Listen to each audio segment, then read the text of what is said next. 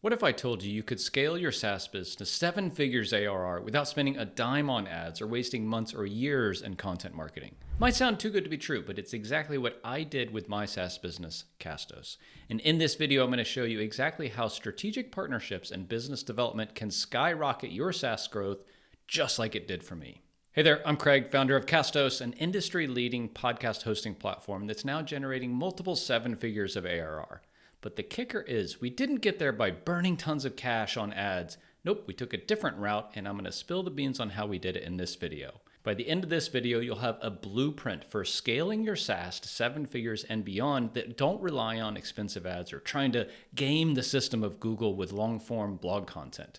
We're talking partnerships, business development, and some inside tricks that most founders overlook.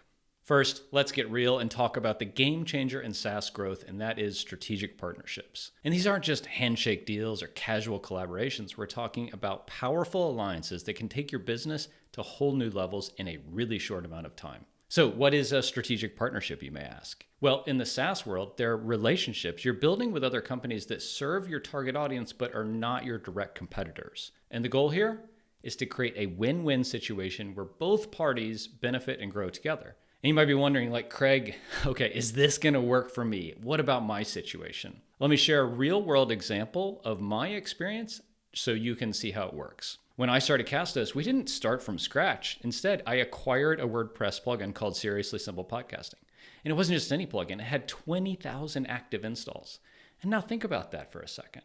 With this one move, we were instantly acquiring an audience of 20,000 people who had a proven problem, and we could just address that with our solution. All for a few $1,000s, we had a built-in strategic partnership and a channel to sell through. But here's the thing, finding that partner isn't easy. You gotta look at companies who complement your offering and don't compete directly with it. For example, let's say you're running a project management software.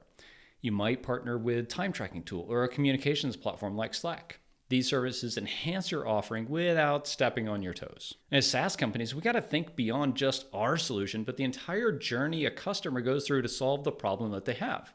And we got to consider strategic integrations in that as well. And not just for our integration partners, but we got to think about like the value that we can create together instead of alone. So how do you approach and secure these partnerships? I like to think about offering value first, right? Don't think about what you can get, think about what you can give to start with. So maybe you have a unique feature that would really complement someone else's product perfectly. Or maybe you have access to a market segment that another company in your space is struggling to reach.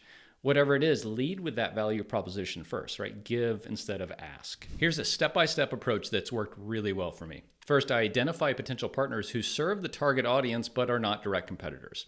Research them really well, understand their products, challenges, goals, and the whole kind of segment that they're in, and then craft a compelling value proposition. How can I partner with them so we have a win-win situation? Show that you've done your homework and really understand the business and the problem they're trying to solve. And then just propose a win-win situation that is an easy yes for them. Now, here's something I think a lot of founders overlook when it comes to partnerships. It's not about the immediate benefits. Sure, you're gaining access to a new user base or you're adding an integration, but the real power in partnerships lies in their ability to enhance the credibility and brand awareness of your brand. When you partner with an established company, you're essentially borrowing their identity for yours. Their users start to see your brand as trustworthy and can be game-changing, especially for younger companies that are just looking to establish themselves in a market. But remember, strategic partnerships aren't set it and forget it deals. They require a lot of ongoing communication and collaboration.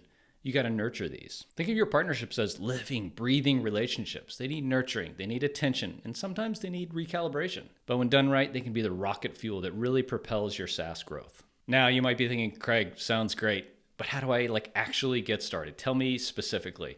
I've got a strategy for you. Let's dive in. Think of your relationship with new partners as a set of stairs. You don't start at the top, you start at the bottom and take it one step at a time. Start easy. Maybe a collaboration like a blog post or a podcast episode. Get your foot in the door, build some rapport, decide if you like each other before you take that next step. Then you might consider like an email campaign or a webinar. These steps allow you to kind of gauge each other and decide if you want to move to the next step. If they are going well, then you can say, hey, let's think about a bigger collaboration like a tech integration or some kind of mutually beneficial business relationship like rev share. By taking the stepped approach, you're building trust along the way and demonstrating value, and they are too. Here's how this really moved the needle for us at Castos. So we created more than a dozen integrations probably with our private podcasting functionality with third-party providers like ConvertKit, MemberSpace, and Stripe. Why?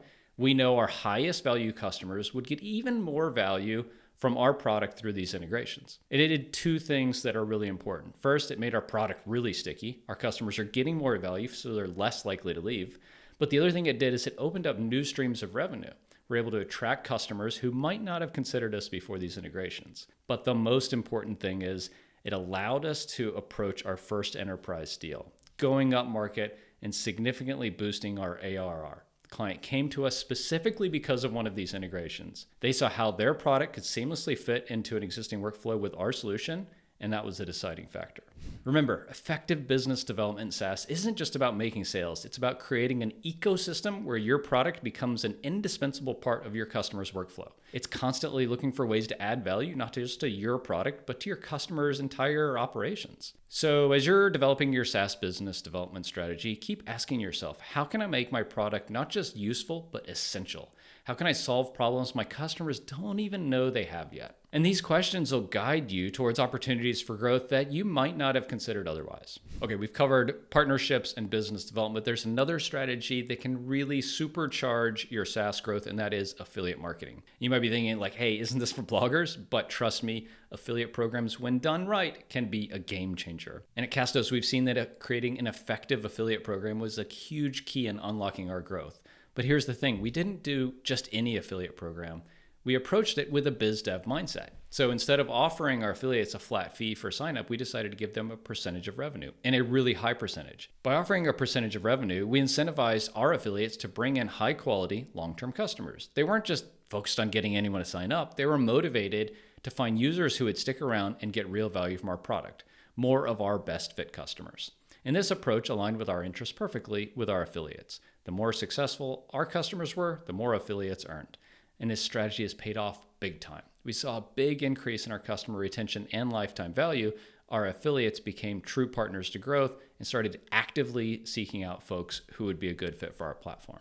But to rewind a bit, I think our affiliate program was only successful because we took a proactive approach to recruiting great affiliates and nurturing those relationships as they've grown with us.